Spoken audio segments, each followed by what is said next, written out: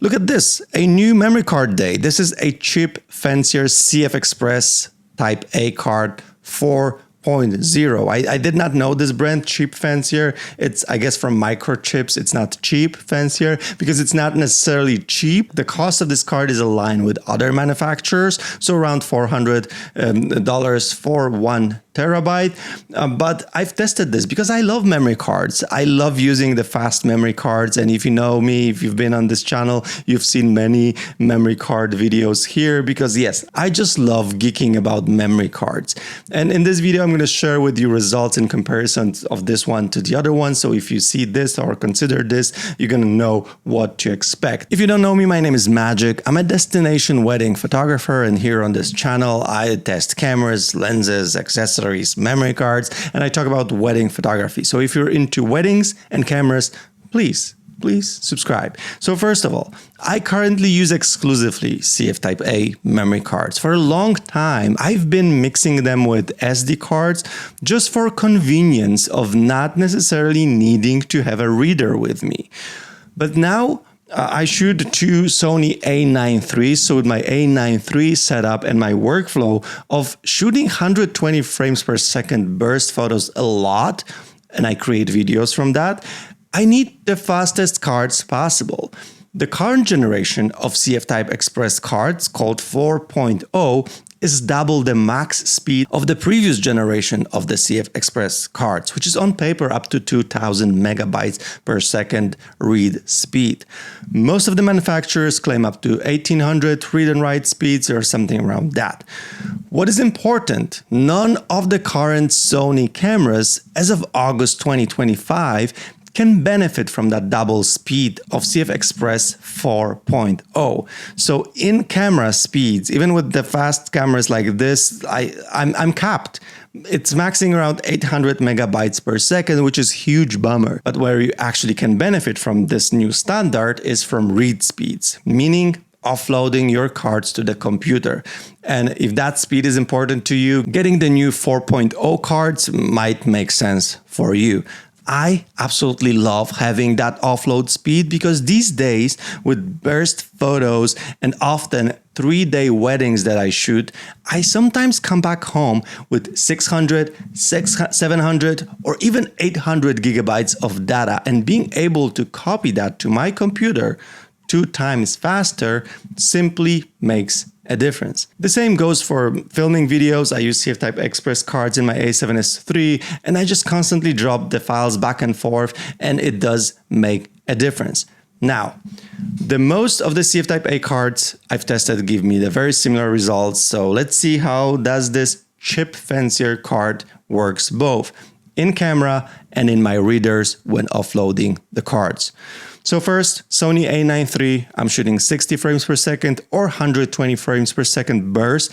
I shoot compressed RAWs here because I want to have more photos in a burst. And this card gives me exactly the same results compared to other manufacturers. So the cameras, again, cannot simply record photos faster to the card. I have 230 compressed RAWs in the buffer and it gets cleared in 11 seconds. Meaning, in real life scenario, when I shoot, I can use this burst almost non-stop. I make 2-3 second breaks and I clear a third or a half of a buffer and I can shoot again. So it is very convenient to use cards like this. Now, offloading speed test. So for this, I use 2 different readers. I have both are CFexpress 4.0 compatible with speeds up to 40 gigabits per second. So they should be able to give me full speeds of the card. Not all of the CFexpress readers will have that, like older readers definitely won't, so 2.0 won't. And also, for example, the recent Engelbert CFexpress Type A pocket reader that looks great and it's built really well and it has this fun design that it closes and so on. It's internally limited to what's called 2x2 PCIe connection. So in simple terms, it's just slower. It doesn't give me full speed on any card. So I use it as my backup reader in my backpack. So I always have it in my backpack just in case. But the other one, so I use Nova Chips reader and OWC reader with the adapter from Type B to Type A. Offloading on the Chipfancier card. So offloading 50 gigabytes of raw files here, exactly 2000 photos, and it takes 44 seconds, resulting in read speed of 1200 to 1300 megabytes per second. So we're far from that promised 1750, but none of the cards I have never get to that speed. I also tried this test a bunch of times just to see. Also, as cards get hotter due to the fact that they're constantly copying files back and forth, they tend to go slower. So I checked that as well. But in the case of this card, it did sustain the speed while copying back and forth those 50 gigs of raw files. How does that compare to other cards that I have, that I've used, that I've tested? The fastest combo I currently use is Nova Chips card with Nova Chips reader, giving me sustained 1300 flat. So having edge of 4 seconds, total being 40 seconds instead of 45 here. So it's a minor difference. So this one seems to be on par, resulting the same speeds as the other good cards I use. What does that mean?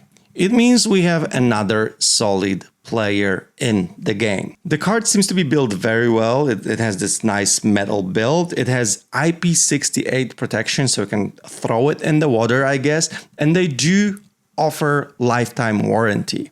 Many other manufacturers do as well. So we have Lexar, Delkin do lifetime warranty. Sony does 5 years and Nova Chips does 3 years. So you can, consider that when you're picking your card. And then I used it for over a month with no issues at all. So the only problem I would say I have with it is a limited trust due to the rather low brand recognition. So they're not widely known or established name yet, even though they're part of the official CFexpress organization. So you can count at least on that they're more legit than less legit.